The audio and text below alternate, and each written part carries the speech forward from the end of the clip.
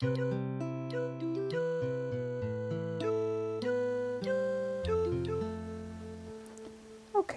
like the basic pieced base, I just wanted to show you where I am. I picked the theme of blue to start with, simply because I have so much indigo fabric, and you know, ideas can also be layered.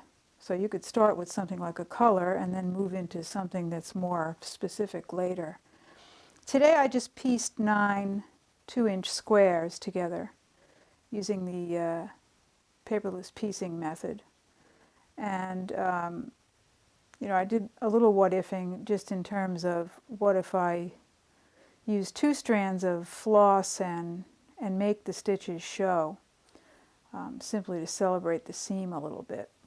But this is a basic pieced block that I oftentimes use as a simple base, and just because it's, like I said, a grid, and it's got places to put things in if that's what you want to do.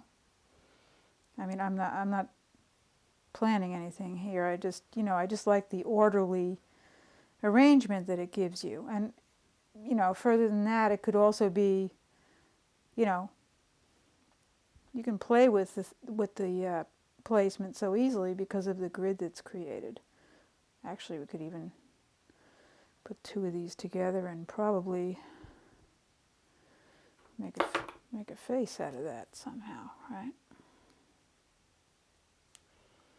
But you get the idea. I mean, it's like child's play, this kind of arrangement. It's just so easy to use. Maybe it would just simply be something to do with moons later. So I will be putting this on a lightweight base cloth to create my initial layers. And as far as the invisible base goes here, I also take an extra step.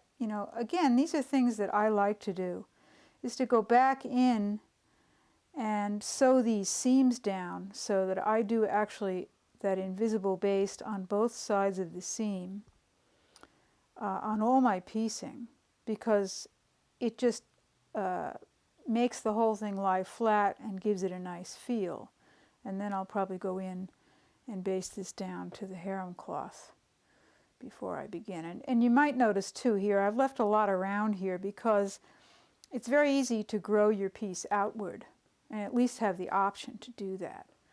And you can use any kind of patchwork, this just happens to be lying around, and this could also be used to build something. So it's just the idea of having this kind of playground to play with. I just wanted to show you, this one is a little bit bigger, but that's something that I've been working on lately, where I used large 4-inch blocks, and then I actually layered another 3-tiered base on top of that. So there's a whole layering thing going on, but again, the pieced base is a nice thing to work on. And then the other obvious thing is the single piece. And if you're going to use a whole cloth as a base, again, you'll want to layer it on a thin cloth and invisibly baste it down. But this is, why would you use this? Is just because you wanted to perhaps create your design by simply collaging on top of it. So, I think I'll start with something simple like this, and that'll give me a start for a base of something. Right now it's just a little sampler of indigo dyed cloth. And of course, you can also take the option of the whole cloth and actually draw. Very often I might draw my grid on here.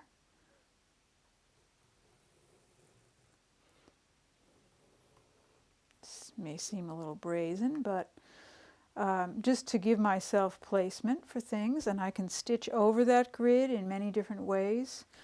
Maybe we can talk a little bit about that too. So that's another way to approach that. And then there's the woven base, and today I just put a simple one together, again using different blue cloths. And on the woven base, you'll want to baste around the edges first, where the pins are, like I showed, just to keep it together. And then you could baste through the whole thing to really glue it down. But on woven pieces, you might want to leave the option of these being open, because you do have the option of sliding things in there to decorate, and I want to talk a little bit about that later. So those are the 3 bases that I've put together so far, and we'll see where that takes me.